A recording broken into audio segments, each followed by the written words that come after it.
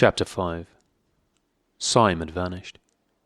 A morning came and he was missing from work. A few thoughtless people commented on his absence. On the next day, nobody mentioned him. On the third day, Winston went into the vestibule of the records department to look at the notice board. One of the notices carried a printed list of the members of the chess committee, of whom Syme had been one. It looked almost exactly as it had looked before. Nothing had been crossed out, but it was one name shorter. It was enough. Syme had ceased to exist. He had never existed. The weather was baking hot. In the labyrinthine ministry, the windowless air-conditioned rooms kept their normal temperature. But outside, the pavements scorched one's feet, and the stench of the tubes at the rush hours was a horror. The preparations for Hate Week were in full swing, and the staffs of all the ministries were working overtime. Processions, meetings, military parades, lectures, waxwork displays, film shows, telescreen programs, all had to be organized. Stands had to be erected, effigies built, slogans coined, songs written, rumors circulated, photographs faked. Julia's unit in the fiction department had been taken off the production of novels and was rushing out a series of atrocity pamphlets. Winston, in addition to his regular work, spent long periods every day in going through back files of the Times and altering and embellishing news items which were to be quoted in speeches. Late at night, when crowds of rowdy prolls roamed the streets, the town had a curiously febrile air. The rocket bombs crashed oftener than ever, and sometimes in the far distance there were enormous explosions which no one could explain, and about which there were wild rumors. The new tune, which was to be the theme song of Hate Week, the Hate Song, it was called, had already been composed and was being endlessly plugged on the telescreens. It had a savage, barking rhythm, which could not exactly be called music, but resembled the beating of a drum. Roared out by hundreds of voices to the tramp of marching feet, it was terrifying. The prolls had taken a fancy to it, and in the midnight streets it competed with the still popular "It Was Only a Hopeless Fancy." The parson's children played it at all hours of the night and day, unbearably, on a comb and a piece of toilet paper. Winston's evenings were fuller than ever. Squads of volunteers, organized by parsons, were preparing the street for Hate Week, stitching barmen, painting posters, erecting flagstaffs on the roofs, and perilously slinging wires across the street for the reception of streamers. Parsons boasted that Victory Mansions alone would display 400 meters of bunting. He was in his native element and as happy as a lark. The heat and the manual work had even given him a pretext for reverting to shorts and an open shirt in the evenings. He was everywhere at once, pushing, pulling, sawing, hammering, improvising, jollying everyone along with comradely exhortations, and giving out from every fold of his body what seemed an inexhaustible supply of acrid-smelling sweat. A new poster had suddenly appeared all over London. It had no caption, and represented simply the monstrous figure of a Eurasian soldier, 3 or 4 meters high, striding forward with expressionless Mongolian face and enormous boots, a submachine gun pointed from his hip. From whatever angle you looked at the poster, the muzzle of the gun, magnified by the foreshortening, seemed to be pointed straight at you. The thing had been plastered on every blank space on every wall, even outnumbering the portraits of Big Brother. The prolls, normally apathetic about the war, were being lashed into one of their periodical frenzies of patriotism. As though to harmonize with the general mood, the rocket bombs had been killing larger numbers of people than usual. One fell on a crowded film theater in Stepney, burying several hundred victims among the ruins. The whole population of the neighborhood turned out for a long, trailing funeral, which went on for hours and was in effect an indignation meeting. Another bomb fell on a piece of waste ground, which was used as a playground, and several dozen children were blown to pieces. There were further angry demonstrations. Goldstein was burned in effigy. Hundreds of copies of the poster of the Eurasian soldier were torn down and added to the flames, and a number of shops were looted in the turmoil. Then a rumor flew round that spies were directing the rocket bombs by means of wireless waves, and an old couple who were suspected of being of foreign extraction had their house set on fire and perished of suffocation. In the room over Mr. Charrington's shop, when they could get there, Julia and Winston lay side by side on the strip bed under the open window, naked for the sake of coolness. The rat had never come back, but the bugs had multiplied hideously in the heat. It did not seem to matter. Dirty or clean, the room was paradise.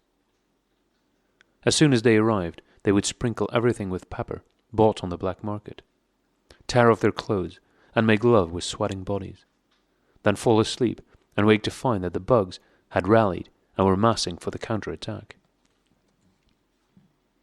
4, 5, 6, 7 times they met during the month of June. Winston had dropped his habit of drinking gin at all hours. He seemed to have lost the need for it.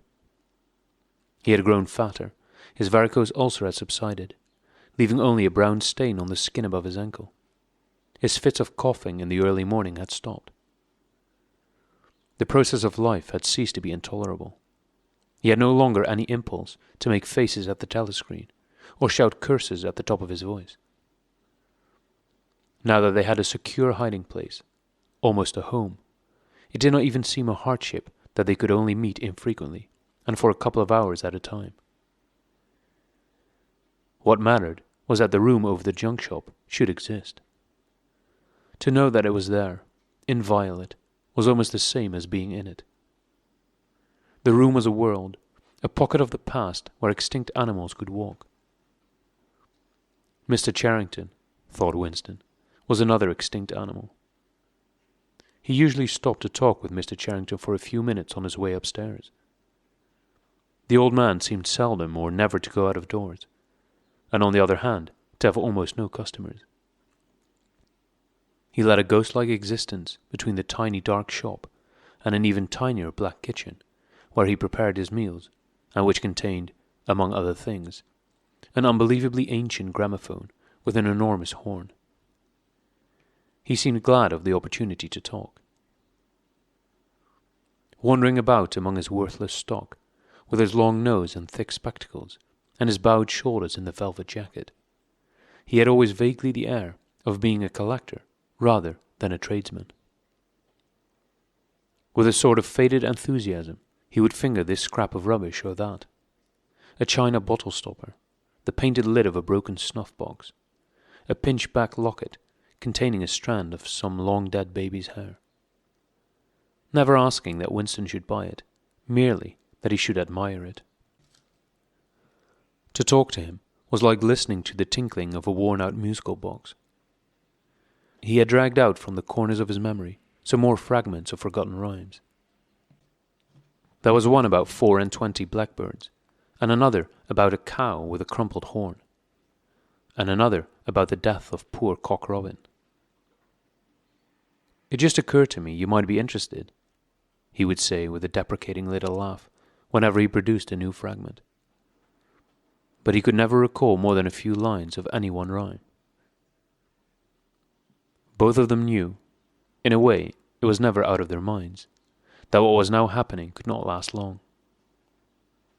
There were times when the fact of impending death seemed as palpable as the bed they lay on, and they would cling together with a sort of despairing sensuality, like a damned soul grasping at his last morsel of pleasure, when the clock is within 5 minutes of striking. But there were also times when they had the illusion not only of safety, but of permanence. So long as they were actually in this room, they both felt no harm could come to them. Getting there was difficult and dangerous, but the room itself was sanctuary. It was as when Winston had gazed into the heart of the paperweight, with the feeling that it would be possible to get inside that glassy world, and that once inside it, time could be arrested. Often they gave themselves up to daydreams of escape. Their luck would hold indefinitely, and they would carry on their intrigue, just like this, for the remainder of their natural lives. Or Catherine would die, and by subtle maneuverings, Winston and Julia would succeed in getting married. Or they would commit suicide together. Or they would disappear, alter themselves out of recognition, learn to speak with proletarian accents, get jobs in a factory, and live out their lives undetected in a back street. It was all nonsense, as they both knew. In reality, there was no escape. Even the one plan that was practicable, suicide, they had no intention of carrying out. To hang on from day to day and from week to week, spinning out a present that had no future, seemed an unconquerable instinct, just as one's lungs will always draw the next breath, so long as there is air available. Sometimes, too, they talked of engaging in active rebellion against the party, but with no notion of how to take the first step. Even if the fabulous brotherhood was a reality, there still remained the difficulty of finding one's way into it. He told her of the strange intimacy that existed, or seemed to exist, between himself and O'Brien, and of the impulse he sometimes felt, simply to walk into O'Brien's presence, announce that he was the enemy of the party, and demand his help. Curiously enough, this did not strike her as an impossibly rash thing to do. She was used to judging people by their faces, and it seemed natural to her that Winston should believe O'Brien to be trustworthy on the strength of a single flash of the eyes. Moreover, she took it for granted that everyone, or nearly everyone, secretly hated the party and would break the rules if he thought it safe to do so. But she refused to believe that widespread organized opposition existed or could exist. The tales about Goldstein and his underground army, she said, were simply a lot of rubbish which the party had invented for its own purposes, and which you had to pretend to believe in. Times beyond number, at party rallies and spontaneous demonstrations, she had shouted at the top of her voice for the execution of people whose names she had never heard, and in whose supposed crimes she had not the faintest belief. When public trials were happening, she had taken her place in the detachments from the Youth League, who surrounded the courts from morning to night, chanting at intervals, "Death to the traitors!" During the 2 minutes' hate, she always excelled all others in shouting insults at Goldstein. Yet she had only the dimmest idea of who Goldstein was, and what doctrines he was supposed to represent. She had grown up since the Revolution, and was too young to remember the ideological battles of the 50s and 60s. Such a thing as an independent political movement was outside her imagination. And in any case, the party was invincible. It would always exist, and it would always be the same. You could only rebel against it by secret disobedience, or, at most, by isolated acts of violence, such as killing somebody or blowing something up. In some ways, she was far more acute than Winston, and far less susceptible to party propaganda. Once when he happened in some connection to mention the war against Eurasia, she startled him by saying casually that in her opinion the war was not happening. The rocket bombs which fell daily on London were probably fired by the government of Oceania itself, just to keep people frightened. This was an idea that had literally never occurred to him. She also stirred a sort of envy in him by telling him that during the 2 minutes' hate, her great difficulty was to avoid bursting out laughing. But she only questioned the teachings of the party when they in some way touched upon her own life. Often she was ready to accept the official mythology, simply because the difference between truth and falsehood did not seem important to her. She believed, for instance, having learnt it at school, that the party had invented aeroplanes. In his own school days, Winston remembered, in the late 50s, it was only the helicopter that the party claimed to have invented. A dozen years later, when Julia was at school, it was already claiming the aeroplane. One generation more, and it would be claiming the steam engine. And when he told her that aeroplanes had been in existence before he was born, and long before the Revolution, the fact struck her as totally uninteresting. After all, what did it matter who had invented aeroplanes? It was rather more of a shock to him when he discovered from some chance remark that she did not remember that Oceania, 4 years ago, had been at war with East Asia and at peace with Eurasia. It was true that she regarded the whole war as a sham, but apparently she had not even noticed that the name of the enemy had changed. "I thought we'd always been at war with Eurasia," she said vaguely. It frightened him a little. The invention of aeroplanes dated from long before her birth, but the switchover in the war had happened only 4 years ago, well after she was grown up. He argued with her about it for perhaps a quarter of an hour. In the end, he succeeded in forcing her memory back until she did dimly recall that at one time East Asia, and not Eurasia, had been the enemy. But the issue still struck her as unimportant. "Who cares?" she said impatiently. "It's always one bloody war after another, and one knows the news is all lies anyway." Sometimes he talked to her of the records department and the impudent forgeries that he committed there. Such things did not appear to horrify her. She did not feel the abyss opening beneath her feet at the thought of lies becoming truths. He told her the story of Jones, Aronson, and Rutherford, and the momentous slip of paper which he had once held between his fingers. It did not make much impression on her. At first, indeed, she failed to grasp the point of the story. "Were they friends of yours?" she said. "No, I never knew them. They were inner-party members. Besides, they were far older men than I was. They belonged to the old days, before the Revolution. I barely knew them by sight." "Then what was there to worry about? People are being killed off all the time, aren't they?" He tried to make her understand. This was an exceptional case. It wasn't just a question of somebody being killed. Do you realize that the past, starting from yesterday, has been actually abolished? If it survives anywhere, it's in a few solid objects with no words attached to them, like that lump of glass there. Already, we know almost literally nothing about the Revolution and the years before the Revolution. Every record has been destroyed or falsified. Every book has been rewritten. Every picture has been repainted. Every statue and street and building has been renamed. Every date has been altered. And that process is continuing day by day and minute by minute. History has stopped. Nothing exists except an endless present in which the party is always right. I know, of course, that the past is falsified, but it would never be possible for me to prove it, even when I did the falsification myself. After the thing is done, no evidence ever remains.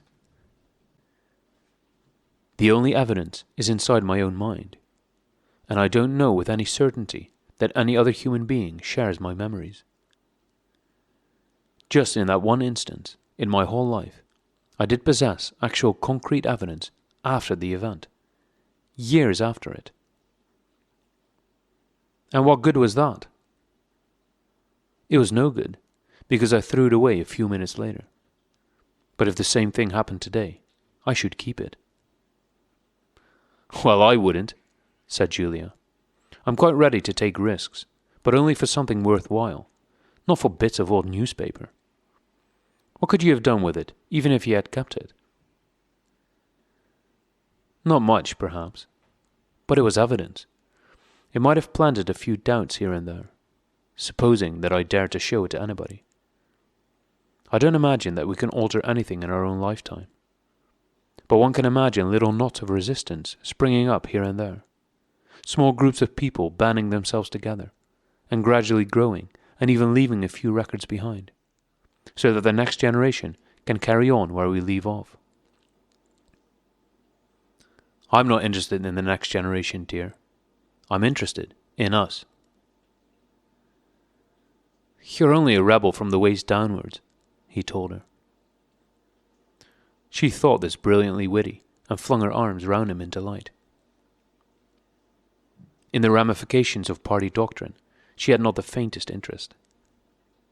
Whenever he began to talk of the principles of Ingsoc, doublethink, the mutability of the past, and the denial of objective reality, and to use newspeak words, she became bored and confused, and said that she never paid any attention to that kind of thing.